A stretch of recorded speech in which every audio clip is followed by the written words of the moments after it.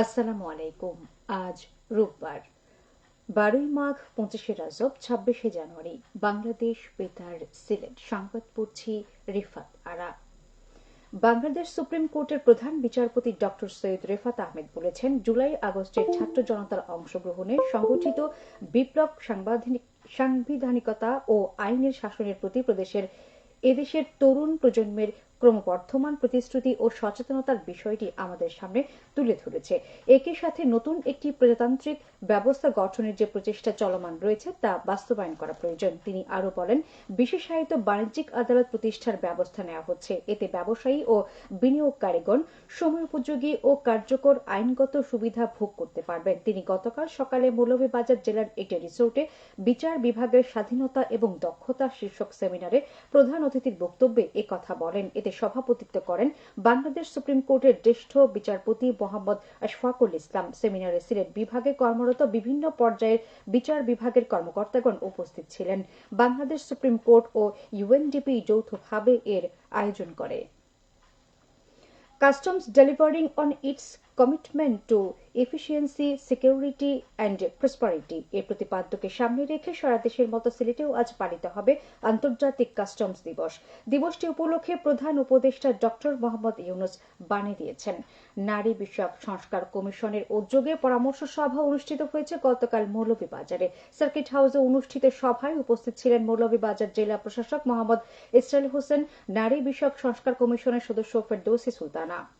সভায় নারীর প্রতি বৈষম্য দূরীকরণ, তাদের অধিকার প্রতিষ্ঠা, নারী উন্নয়ন সম্পর্কে আলোচনা করা হয়। এতে মহিলা বিষয়ক অধিদপ্তরের উপপরিচালক শাহেদ আক্তার সহ বিভিন্ন উপজেলার মহিলা বিষয়ক কর্মকর্তা, আইনজীবী, শিক্ষক, ডাক্তার, পুলিশ, চা শ্রমিক, এনজিও প্রতিনিধি, প্রিন্ট ও ইলেকট্রনিক মিডিয়ায় সাংবাদিক সহ বিভিন্ন ব্যক্তিবর্গ উপস্থিত ছিলেন।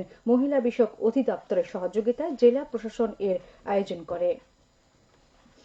2024-2025 শিক্ষাবর্ষে বেসরকারি মেডিকেল কলেজের এমবিবিএস কোর্সের দেশি শিক্ষার্থীদের ভর্তি বিজ্ঞপ্তি প্রকাশ করা হয়েছে।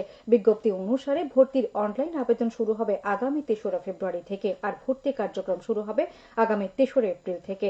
Bangladesh medical and dental council কর্তৃক প্রণীত এমবিবিএস বিডিএস কোর্সের শিক্ষার্থী ভর্তি নীতিমালা 2025 অনুযায়ী শিক্ষার্থীদের অনলাইনে নির্ধারিত ছকে আবেদন করতে বলা হয়েছে। এই জন্য ফি নির্ধারণ করা হয়েছে 300 টাকা।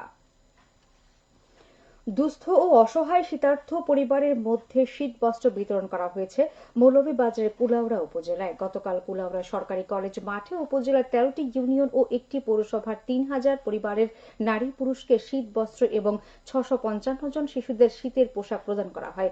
এ সময় জনপ্রতিনিধি সহ গণ্যমান্য ব্যক্তিরা উপস্থিত ছিলেন। কুলাউড়া উপজেলা প্রবাসী জনকল্যাণ সোসাইটি ইউকে এই উদ্যোগ নেয়।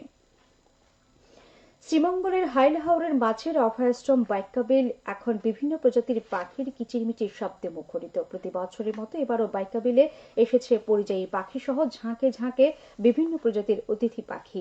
প্রতিদিন সকাল থেকে সন্ধে পর্যন্ত অতিথি পাখির কলরবে মুখর থাকে এই বিল। পাখিদের কিচিরমিচির ডাক, ছোটাছুটি, পানিতে ভেসে বেড়ানো, দল বেঁধে ডাঙায় বসে থাকা, আবার একসঙ্গে ডানা মেলে উড়ে যাওয়ার এমন নয়নাভিরাম দৃশ্য দেখতে দেশ বিদেশের অসংখ্য পর্যটক ও সৌন্দর্য পিপাসুরা ছুটে আসছেন পাখির রাজ্য হাইলহাওরের বাইকাবিলে।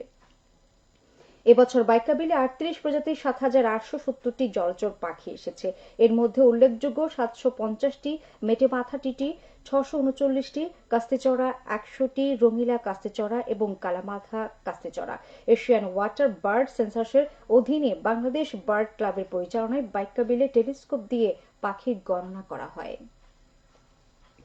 সিলেটের সুনামগঞ্জ জেলার বিভিন্ন সীমান্তবর্তী এলাকায় অভিযান চালিয়ে প্রায় 2 কোটি টাকার চোরাই পণ্য জব্দ করেছে বর্ডার গার্ড বাংলাদেশ। গতকাল 48 ব্যাটালিয়নের অধীনে সিলেট এবং সুনামগঞ্জ জেলার সীমান্তবর্তী বাংলাবাজার, শ্রীপুর, সোনারহাট, সংগ্রাম, প্রতাপপুর, পান্থমাই, তামাবেল, নোয়াকোট, কালাসাদেক, কালাইরাগ ও পাথরকুয়ারি এলাকায় অভিযান পরিচালনা করা হয়। এ সময় ভারত থেকে চোরাই পথে আসা বিভিন্ন প্রকারের ফল, কসমেটিক, চকলেট, কম্বল ও অবৈধভাবে পাথর উত্তোলনকারী নৌকা জব্দ করা হয়।